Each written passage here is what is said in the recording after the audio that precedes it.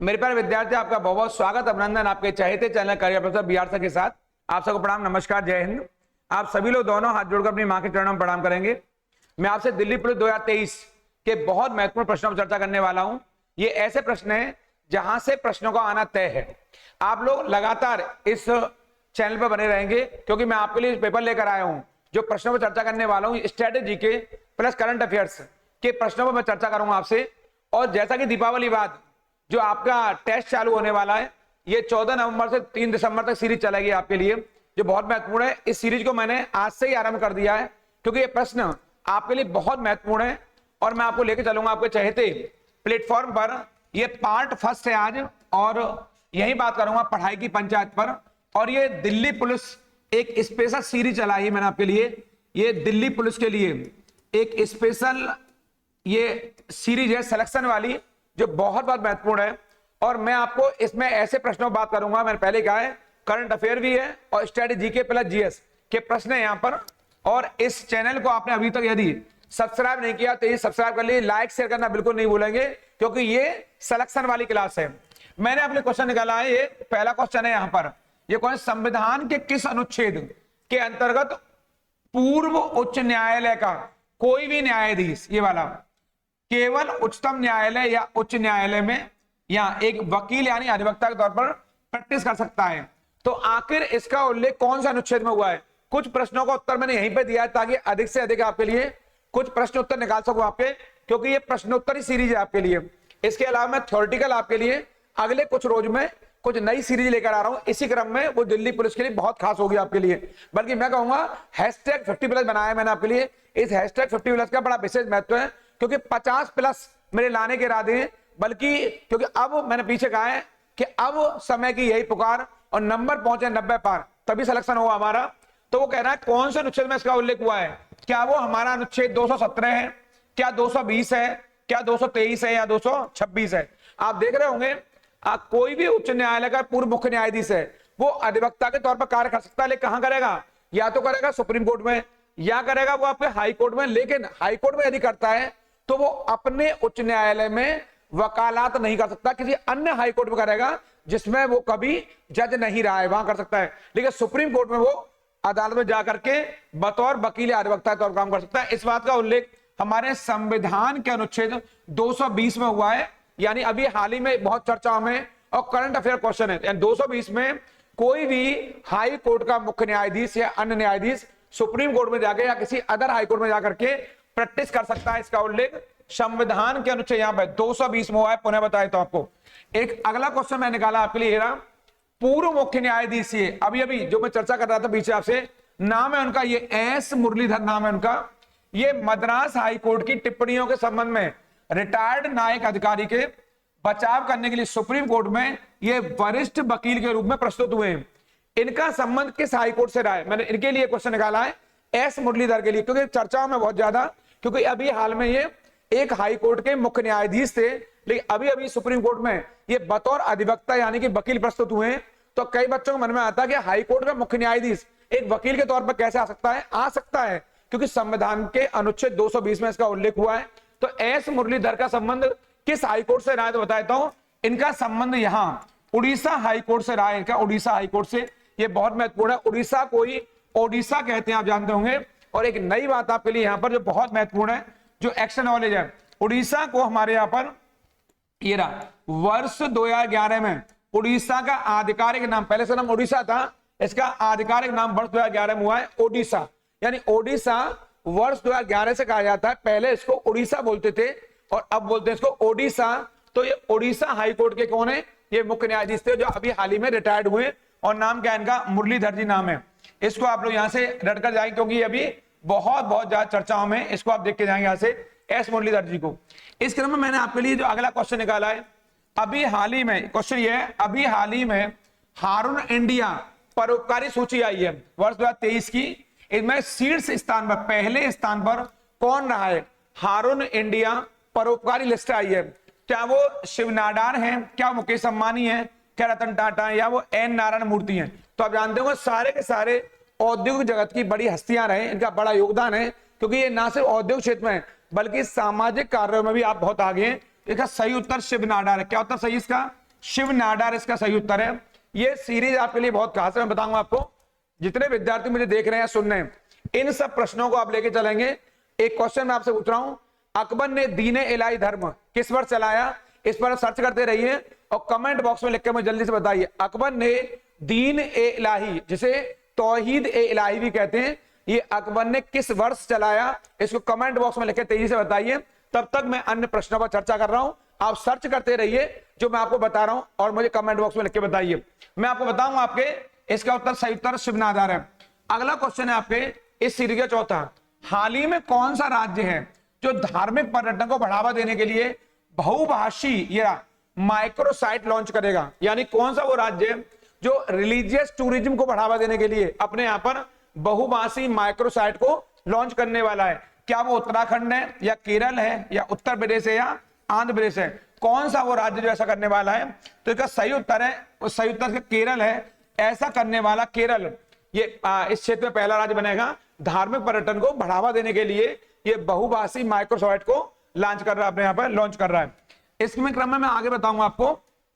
अभी हाल ही में भारत और किस देश ने लोक प्रशासन के आशय पत्र पर हस्ताक्षर किए हैं? यानी कौन सा राष्ट्र है जिसने लोक प्रशासन यानी पब्लिक एडमिनिस्ट्रेशन जुड़े हुए मामले पर आशय पत्र पर हस्ताक्षर किए हैं? क्या वो इटली है या ब्रिटेन है, क्या जर्मनी या फ्रांस है? तो आप देख रहे होंगे इसका सही उत्तर क्या है? इसका सही उत्तर फ्रांस है। यानी फ्रांस ने लोक प्रशासन के संदर्भ में आशय पत्र पर भी हाल ही में हस्ताक्षर किए। इनसे जुड़े हुए मामलों में आगे भी आपसे एक अन्य वीडियो में चर्चा करूंगा आप लोगों से। इस क्रम में अगला क्वेश्चन है ये, देश का पहला संस्कृत विश्वविद्यालय किस राज्य में स्थित है? यानी वो पूछ रहा है संस्कृत की यूनिवर्सिटी हमारे इनमें से किस राज्य में है?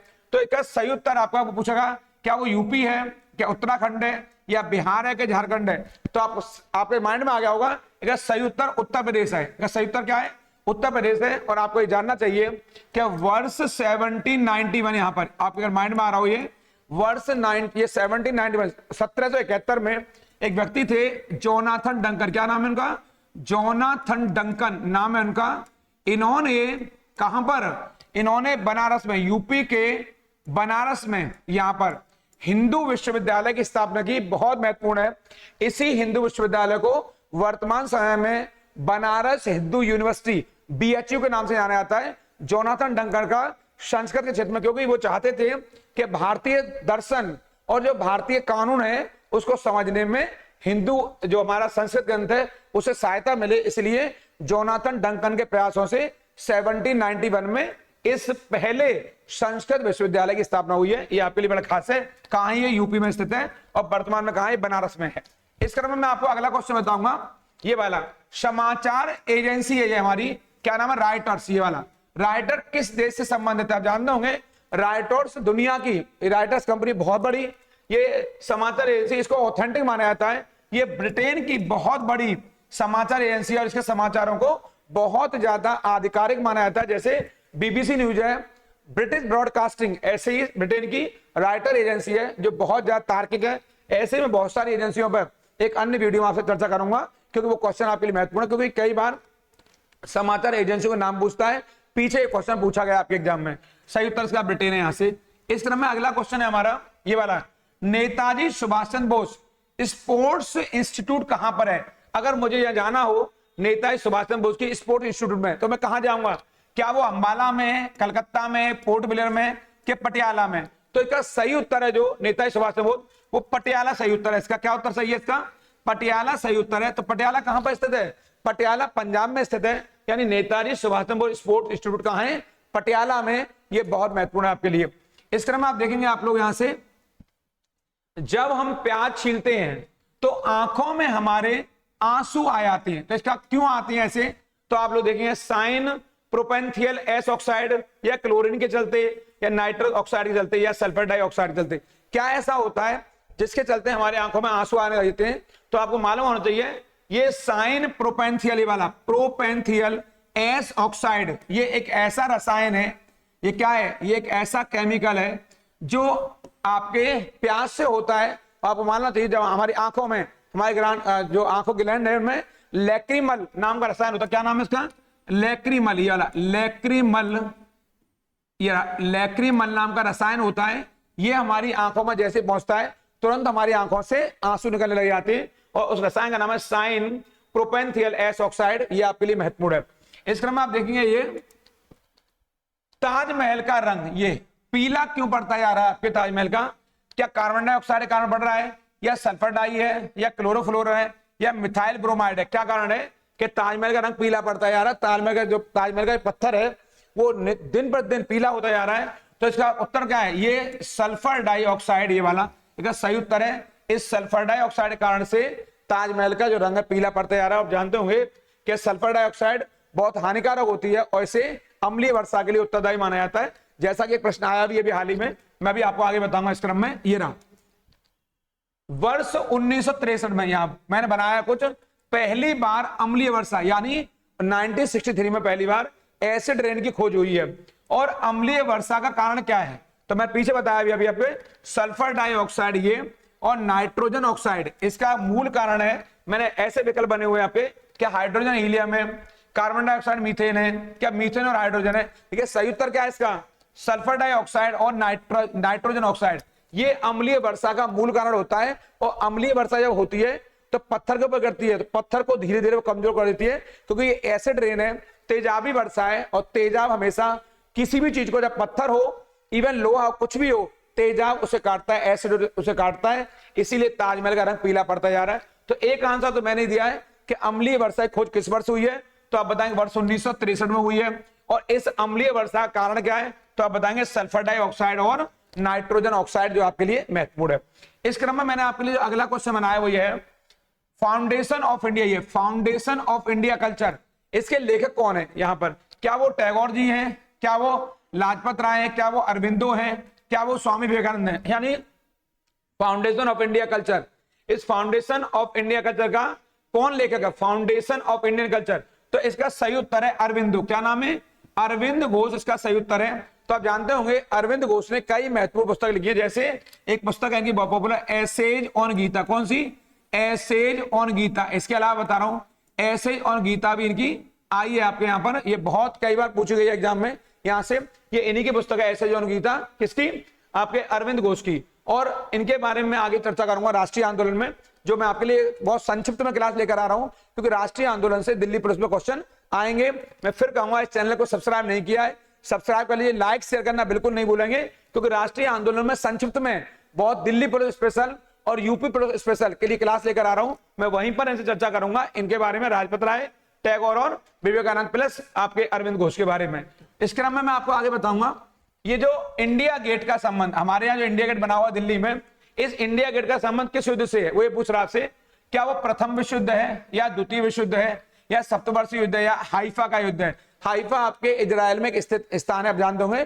पीछे एक वीडियो पर मैं चर्चा कर चुका हूं, उस वीडियो को आप देख लेना, क्योंकि मैंने हाइफा युद्ध से संबंधित एक बड़ा महत्वपूर्ण वीडियो डाला है। और वर्तमान में इजराइल और हमास का युद्ध चल रहा है, आप जानते होंगे उसे 1 माह हो चुका है। 7 अक्टूबर को जो हमास ने जो हिमाकत दिखाई है इजराइल के यहाँ, जो वहां म्यूजिक फेस्टिवल चल रहा था इजराइल के शहर में, उस हिमाकत के चलते वहां कहीं ना कहीं इजराइल ने गाजा पट्टी पर जो हमला किया है, वहीं इजराइल में हाइफा नामक क्षेत्र है। देखिए इसका सही उत्तर क्या है? प्रथम विश्व युद्ध। आपके इस प्रथम विश्व युद्ध के जो हमारे भारतीय सैनिक मरे, उन भारतीय सैनिकों की याद में इंडिया गेट बनाया गया, और इंडिया गेट पर उन भारतीय सैनिकों के नामों को अंकित किया गया है। और ये युद्ध 1914 से 1918 तक हुआ है। ये प्रथम विश्व युद्ध है जो आपके लिए बहुत महत्वपूर्ण है। इसमें भारतीय जवानों ने अपने प्राणों को गंवा करके, अपनी शहादत दे करके और अंग्रेजों को विजय दिलवाई। ये वाला इंडिया गेट रहा है।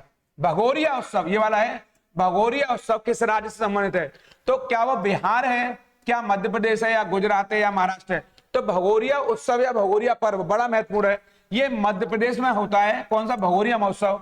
और ये यहाँ पर झाबुआ या झाबुआ, यहाँ झाबुआ क्षेत्र है कहाँ का? मध्य प्रदेश का। इस झाबुआ क्षेत्र में ये उत्सव मनाया जाता है। कौन सा? भगोरिया उत्सव। ये मध्य प्रदेश के झाबुआ में होता है। ये बहुत महत्वपूर्ण क्षेत्र है, क्योंकि मध्य प्रदेश में बहुत सारे उत्सव मनाए जाते हैं, उनमें से झाबुआ, ये भगोरिया भी एक है जो मध्य प्रदेश के झाबुआ मनाया जाता है यहाँ पर। इस क्रम में आपके ये अगला क्वेश्चन है सतत विकास लक्ष्य, यानी कि सस्टेनेबल डेवलपमेंट जो आपका गोल है, ये वाले SDG, सस्टेनेबल डेवलपमेंट गोल, इनकी प्रगति की मापने की घोषणा करने वाला देश का पहला शहर कौन सा है? क्या मुंबई है, या बेंगलोर है, या कोच्चि है, या भोपाल है?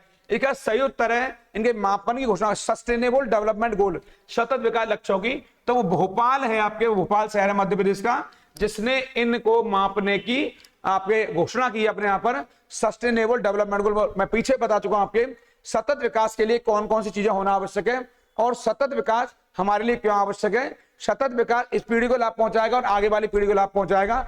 ऐसा विकास जो आने वाली पीढ़ियों को भाई हमें लाभ पहुंचाए और इस पीढ़ी को भी लाभ पहुंचाए, उसे सस्टेनेबल डेवलपमेंट या टिकाऊ विकास के नाम से जाना जाता है। ये क्वेश्चन है, अभी हाल ही में इच्छा मृत्यु यानी पैसिव यूथेनेशिया को कानूनी मान्यता देने वाला कौन सा यूरोपीय राष्ट्र है? क्या पुर्तगाल है, क्या फ्रांस है, या बेल्जियम है, या ग्रीस है? तो आप जानते होंगे अभी हाल ही में इच्छा मृत्यु को यानी पैसिव यूथेनेशिया को या मर्सी किलिंग को अभी कानूनी मान्यता देने वाला अभी यूरोपीय राष्ट्र पुर्तगाल है। बहुत यहां महत्वपूर्ण है, पुर्तगाल ने अभी हाल ही में अपने यहां इच्छा मृत्यु को कानूनी मान्यता दी है। यद्यपि यूरोप में दुनिया के बहुत सारे राष्ट्रों में इसको लेकर मतभेद रहे हैं, क्योंकि व्यक्ति को क्योंकि माना जाता है कोई कानून या कोई व्यक्ति या संस्था जब जीवन की एक श्वास दे नहीं सकती तो उसे जीवन लेने का अधिकार भी नहीं है। इस तरह मैं बताऊंगा दुनिया का पहला राष्ट्र, दुनिया का पहला राष्ट्र जिसने इच्छा मृत्यु को कानूनी मान्यता दी है, ये आप देखिए कानूनी मान्यता दी है, वह राष्ट्र कौन सा रहा है? इस क्रम में आप लोग सर्च मारते रहिए, इसका उत्तर मैं आपको अंत में दूंगा कि दुनिया का वो पहला राष्ट्र कौन सा है जिसने इच्छा मृत्यु को कानूनी मान्यता दी है। इसका उत्तर मैं अंत में दूंगा आपसे जब ये सीरीज खत्म होगी अभी। तो आप इस पर सर्च करते रहिए और कमेंट बॉक्स में तेजी से लिख के बताइए मुझे कि इसका सही उत्तर क्या है। अभी थोड़ी देर में पूछा मैंने अकबर ने दीन ए इलाही धर्म किस वर्ष चलाया, और दूसरा क्वेश्चन पूछा मैंने आपको इच्छा मृत्यु को कानूनी मान्यता देने वाला दुनिया का पहला राष्ट्र कौन सा है, इसको बताइए। और अभी हाल ही में पुर्तगाल ने इसे कानूनी मान्यता दी है। आप जानते हो भारत में भी हमारे यहाँ पर वर्ष 2015 में सुप्रीम कोर्ट के कहने पर, सुप्रीम कोर्ट के एक आदेश पर निष्क्रिय इच्छा मृत्यु, कौन सी को? निष्क्रिय इच्छा मृत्यु को हमारे यहाँ मान्यता मिली है। इसको निष्क्रिय इच्छा मृत्यु को यहाँ पर मान्यता दी। इसे पैसिव यूथेनेशिया भी कहते हैं आपके इसको।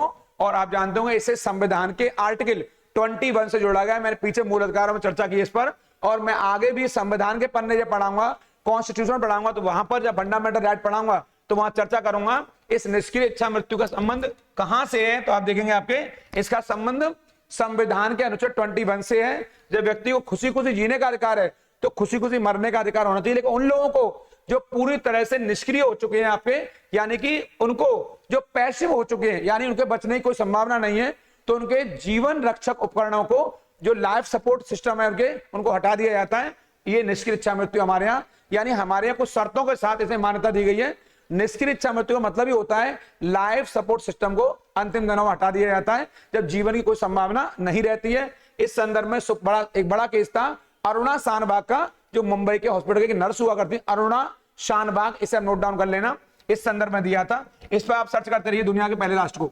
मैं अगला बताऊंगा वीर बाल दिवस। ये क्वेश्चन है, वीर बाल दिवस कब मनाया जाता है? क्या 31 अक्टूबर को, 14 नवंबर को, या 22 को, या 26 नवंबर को? तो वीर बाल दिवस अभी हाल ही में हमारे यहाँ घोषणा हुई है, ये 26 नवंबर को मनाया जाने वाला बहुत पवित्र दिन है। और इसी दिन हमारे यहाँ जो सिख धर्म के 10वें गुरु, कौन? गुरु गोविंद सिंह, गुरु गोविंद सिंह, मैं जीजीएस कहता हूं, ये सिख धर्म के 10वें गुरु हैं। इनके लड़के थे जोरावर सिंह, कौन थे?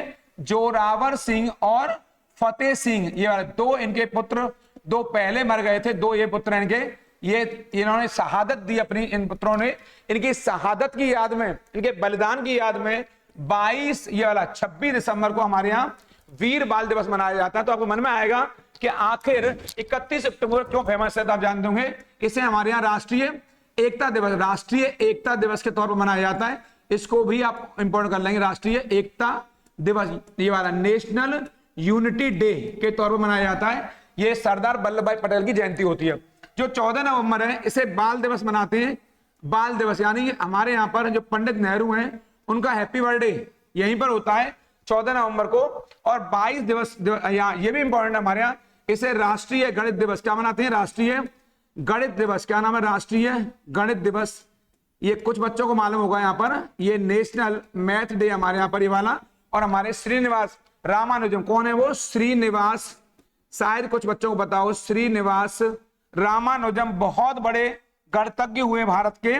कौन है, क्या नाम है उनका? श्रीनिवास रामानुजम, शायद बताओ, श्रीनिवास रामानुजम, ये भारत के बहुत बड़े गणितज्ञ हुए और आपकी याद में, आपके हैप्पी बर्थडे पर, आपकी जयंती के अवसर पर 22 दिसंबर को राष्ट्रीय गणित दिवस भी मनाया जाता है। तो इसका सही उत्तर है वीरबाल दिवस वाला 26 दिसंबर को, जो गुरु गोविंद सिंह के दोनों पुत्र, क्या नाम है, जोरावर सिंह और फतेह सिंह, जो शहीद हुए, जो शहादत दी है उन्होंने, इसके इस उपलक्ष्य में मनाते हैं। और 31 अक्टूबर को नेशनल यूनिटी डे और 14 नवंबर को बाल दिवस, पंडित नेहरू का हैप्पी बर्थडे होता है और 22 दिसंबर को राष्ट्रीय गणित दिवस मनाया जाता है। आपके लिए बहुत बड़ी बात बताता हूं, बाल दिवस हमारे यहाँ 14 नवंबर से पहले, इसको एक बात यही साझा कर लेता हूं, बाल दिवस हमारे यहाँ 14 नवंबर से पहले, ये आप सर्च करिए इस पर तो बड़ा अच्छा रहेगा, कि क्वेश्चन नंबर 17 है। मैं 3 क्वेश्चन बताऊंगा। हमारे यहाँ बाल दिवस 14 नवंबर से पहले किस तारीख को मनाया जाता था, क्योंकि ये तो 1964 से मनाया जा रहा है, यहाँ पर 1964 से मनाया जा रहा है। 1964 से हमारे यहाँ पंडित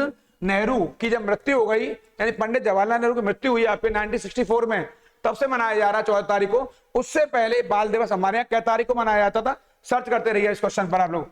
मैं अगला बताऊंगा आपको इस क्रम में, इनमें से कौन सा शब्द है, ये वाला थोड़ा देखेंगे यहाँ पर, कौन सा शब्द है जो 1975 यहां पर भारतीय संविधान की प्रस्तावना में सम्मिलित नहीं था। ये थोड़ा ध्यान देंगे, प्रश्न जब भी बनाने हो तो क्वेश्चन के नेचर को समझना बहुत जरूरी है। क्या कहना चाह रहा है, भारतीय प्रस्तावना में, संविधान प्रस्तावना में सम्मिलित नहीं था, क्या वो बंधुत्व सम्मिलित नहीं है, क्या संप्रभु सम्मिलित नहीं है, क्या समानता है या अखंडता है। तो आप जानते होंगे हमारी प्रस्तावना में 3 नए शब्द वर्ष 1976 में जोड़े गए। यहां पर कौन कौन से जोड़े गए, एक समाजवाद जोड़ा गया है, ये रहा, ये जानते होंगे आप लोग, समाजवाद वर्ड जोड़ा गया है। एक जोड़ा गया है हमारे यहाँ पंथ निरपेक्षता, क्या जोड़ा गया, पंथ निरपेक्षता, ये वर्ड जोड़ा गया है यहाँ पर हमारे संविधान में यहाँ पर, और एक वर्ड जोड़ा गया अखंडता। ये 3 वर्ड जोड़े गए। तो इसका सही उत्तर क्या है, इसका सही उत्तर है आपके ये अखंडता, सही उत्तर है आपके। ये वर्ड हमारे यहाँ 1975 में नहीं था, क्योंकि इन तीनों वर्डों को 42वें संविधान संशोधन अधिनियम के द्वारा, CAA कॉन्स्टिट्यूशनल अमेंडमेंट एक्ट के द्वारा वर्ष 1976 में जोड़ा गया है, अर्थात 75 तक ये वर्ड शामिल हुआ करते थे हमारे यहाँ पर। अब मैं बताऊंगा आपको यहाँ पर, JRD टाटा, ये वाला, ऐसे पहले उद्योगपति रहे जिन्हें भारत रत्न यानी देश के सर्वोच्च सम्मान से सम्मानित किया गया। यह सम्मान इन्हें किस वर्ष मिला है, क्या 91 में मिला है, 92 में मिला है, 93 में मिला है या 96 में। तो JRD टाटा भारत के वो उद्योगपति हैं जिन्होंने सही अर्थों में उद्योगों को भारत में स्टैब्लिश किया, और आपके चलते ही कहीं ना कहीं भारत में उद्योगों को नए पंख लग गए, भारत को नए पंख लग गए, उद्योगों को नए पंख लग गए। और आपको जान के हैरानी होगी, इंडिया, इन्होंने ही जो एयरलाइन सेवा, हवाई सेवा है, उसको वर्ष 1932 में शुरुआत की। यहां पर किसको, हवाई सेवा की, किसकी, हवाई सेवा की शुरुआत की आपने इंडियन एयरलाइंस की यहां से। और वर्ष 1945, ये बड़ी इंपॉर्टेंट डेट थी, जब आपने टेल्को की स्थापना की है, टेल्को कंपनी की, जो बाद में टाटा के नाम से जानी गई। तो इसका सही उत्तर है वर्ष 1992 आपको यह सम्मान दिया गया, कौन सा, भारत रत्न, जो कि देश का सर्वोच्च नागरिक सम्मान है। इसको आप रट लेंगे, ये कौन है, JRD टाटा, 1992 में आपको भारत रत्न से सम्मानित किया गया है। और इस भारत रत्न को पाने वाले आप देश के पहले उद्योगपति हैं। इस क्रम में मैं आपको एक और बड़ा महत्वपूर्ण जानकारी दूंगा आपके यहां पर। JRD टाटा की मृत्यु हुई है वो 1993 में, यानी भारत रत्न पाने के 1 साल बाद। आपको रत्न कब मिल रहा है, 1992 में मिल रहा है, आपकी मृत्यु कब हो रही है, 1993 में। तो मृत्यु कहां हुई है, मुंबई महाराष्ट्र, चेन्नई तमिलनाडु, न्यूयॉर्क अमेरिका या जिनेवा स्विट्जरलैंड। तो आपकी मृत्यु कहां पे हुई है, आपकी मृत्यु हुई है जिनेवा में। कहां हुई है, जिनेवा यानी स्विट्जरलैंड में। तो आपको बता देता हूं, आपकी किडनियां, ये किडनी, इनकी किडनी खराब हो गई थी। आपके किडनी को गुर्दा भी कहते हैं, आप जानते होंगे। और इस गुर्दा को एक अन्य नाम है वृक्क भी बोलते हैं। ये कई सारे नाम है किडनी के।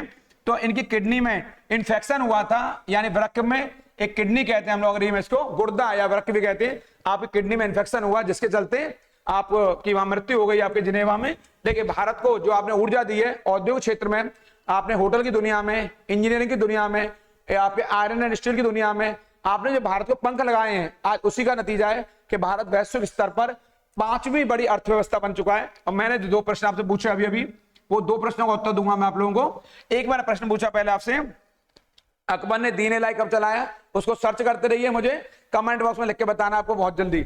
और मैंने दूसरा क्वेश्चन पूछा था, जो इच्छा मृत्यु है आपके, इच्छा मृत्यु को, यहां पर इच्छा मृत्यु को दुनिया का पहला राष्ट्र कौन सा, पहला राष्ट्र दुनिया का, वो नीदरलैंड है। कौन सा है वो नीदरलैंड है, जिसने अपने यहाँ कानूनी मान्यता दी वर्ष 2002 में। अपने आप को दुरुस्त करें, क्या आपने सही उत्तर बताया है? 2002 में इसने पहली बार अपने आप को यहाँ दुरुस्त किया, यानी कि दुनिया में कानूनी मान्यता देने वाला पहला राष्ट्र कौन सा? वो नीदरलैंड है। इस नीदरलैंड को हॉलैंड भी कहा जाता है। पहले इन्हीं यहाँ के निवासियों को डच कहा जाता है। क्या कहा जाता है? निवासियों को डच कहा जाता है, नीदरलैंड के लोगों को। ये बात हो रही है वर्ष 2002 की। ऐसा करने वाला यानी इच्छा मृत्यु को कानूनी मान्यता देने वाला दुनिया का पहला राष्ट्र कौन सा है? नीदरलैंड है। ये बहुत इंपॉर्टेंट है। और मैंने आपसे अभी एक क्वेश्चन और पूछा मैंने पीछे अभी आपसे, और कौन सा क्वेश्चन है वो आपका? एक क्वेश्चन और था अभी, उसको भी बताया था थोड़ा सा मैंने। वो क्वेश्चन भी आपके लिए महत्वपूर्ण है, वो क्वेश्चन, उसका उत्तर भी बताया था आपको। ये एक क्वेश्चन और पूछा मैंने आपसे यहां पर, ये पूछा है मैंने कि बाल दिवस को 14 नवंबर से पहले कब मनाया जाता था? तो आप बताएंगे यहां पर बाल दिवस को 14 नवंबर से पहले यानी कब मनाया जाता था? इसका उत्तर, सही उत्तर यहां पर यह है, ये बताएंगे आप लोग। इसका बाल दिवस को 14 नवंबर से पहले 20 नवंबर को मनाते थे। कब मनाते थे? 20 नवंबर को मनाते थे, क्योंकि यूएनओ 20 नवंबर को ही यहां पर इसको वर्ल्ड चिल्ड्रन डे मनाता है। क्या मनाता है? World children day. World children day मनाता है यूएनओ। यूएनओ माने यूनाइटेड नेशन ऑर्गेनाइजेशन। ये पहले से ही यूएनओ इसको मनाता है। कब? 20 तारीख को मनाता है। इसीलिए भारत में 20 नवंबर को मनाया जाता था, लेकिन पंडित नेहरू की मृत्यु 1964 में हुई। यहां से संसद ने एक कानून पारित किया और उसके अनुसार 14 तारीख को 14 नवंबर को हमारे यहाँ पर इसे बाल दिवस मनाया गया। क्या मनाया गया? बाल दिवस। मैंने लिखा है वहां पर बाल दिवस मनाया गया। और तभी से हमारे यहाँ 14 नवंबर को बाल दिवस, क्योंकि नेहरू ने बच्चों की शिक्षा के लिए, विकास के लिए बड़ा कार्य किया है। आपके निगरानी में भारत में इंजीनियरिंग शिक्षा और औद्योगिक शिक्षा का बड़ा विकास हुआ। बच्चों की शिक्षा के लिए आपने बड़ा काम किया है, इसलिए आप चैनल पर बने रहेंगे। एक अन्य वीडियो में आगे मैं आपके लिए और लेकर आ रहा हूं। दीन इलाही का उत्तर आप बताएंगे, मैं कमेंट बॉक्स में 2 उत्तर मैंने बता दिए। नई वीडियो के साथ आपको कल फिर मिलूंगा। आपके इस वीडियो पर लगातार बने रहिए, लाइक शेयर करना बिल्कुल नहीं भूलेंगे। जिन्होंने सब्सक्राइब अभी तक नहीं किया तेजी सब्सक्राइब कर लीजिए। आप खुश रहिए, उन लोगों का जरूर ख्याल रखिए जो आपका ख्याल रखते हैं। प्रणाम, नमस्कार।